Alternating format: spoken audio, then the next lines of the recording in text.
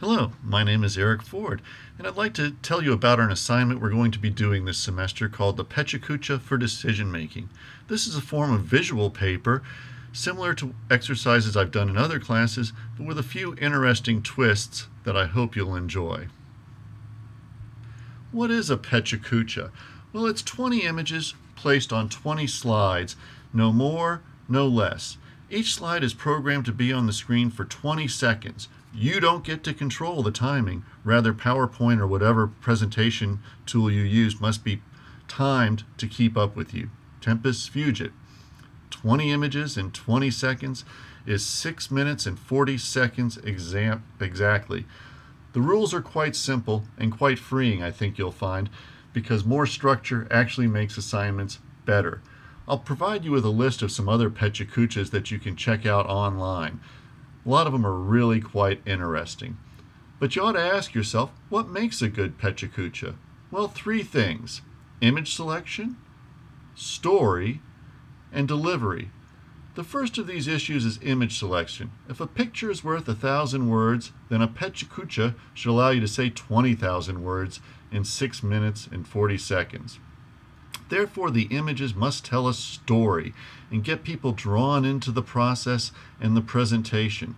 In this way, the presenter takes a much more important role in the process of decoding the story that the images present. The second part to an effective professional Pecha Kucha is its story. Why are we listening? What is your point? A Pecha Kucha has 20 slides, but they are there to tell a story. Yahoo has a great series called Who Knew that takes you through a quick transition video presentation. Now, it's clear that these people have some money to throw at their new development, but they do a very good job of it. The last and most important part, in my mind, is the delivery. Okay? A delivery is flow. If you listen to a wired Pecha Kucha, there's a flow that is absent in most presentations on YouTube. When you hear the moderator, his tone sounds professional, and there is a flow. It is what I mean by delivery. When I'm presenting online, I have attempted to take particular care to address the issue of tone. I don't want it to sound as if I'm ad-libbing each slide. Rather, I want there to be a compelling presentation throughout. Furthermore, I never do it all in one take.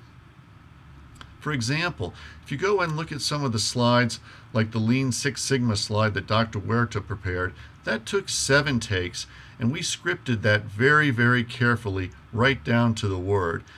There are other good examples on the impact of conferencing that you can find on YouTube, etc. So an effective Pecha Kucha uses images, story, and delivery to make a compelling story that the listener/watcher is drawn into and identifies with the character. This is a very serious issue. What's our theme then for this story? Well, decision making is our theme. Because the course is focused on decision making, the focus of your Pecha Kucha must also be decision making. What does that mean? Well, it must have a story that focuses on something like quality improvement and how the different tools we've learned impact that. For example, decisions on how do we use control charts? What about patient safety, Joint Commission, Lean Six Sigma, etc., etc. All of those would be fair topics for a Pecha Kucha. How's the process going to work?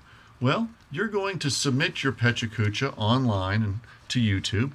2 reviewers, whoever we want, or whoever gets there first, will provide you with detailed feedback, slide by slide, for example. You'll then have an opportunity to revise and resubmit, and 5 of your peers will then grade them. Again, all of this is going to be done through YouTube. You must be able to record a video, load it up to YouTube in an organized fashion. In particular, we're going to have several steps. The first one is to upload a completed Pecha Kucha to YouTube. That'll be deliverable 1, and I'll present you with that date somewhere else in the course pack. Deliverable 2 will occur 4 days later, and the classmates who've reviewed your Pecha Kucha will upload your feedback.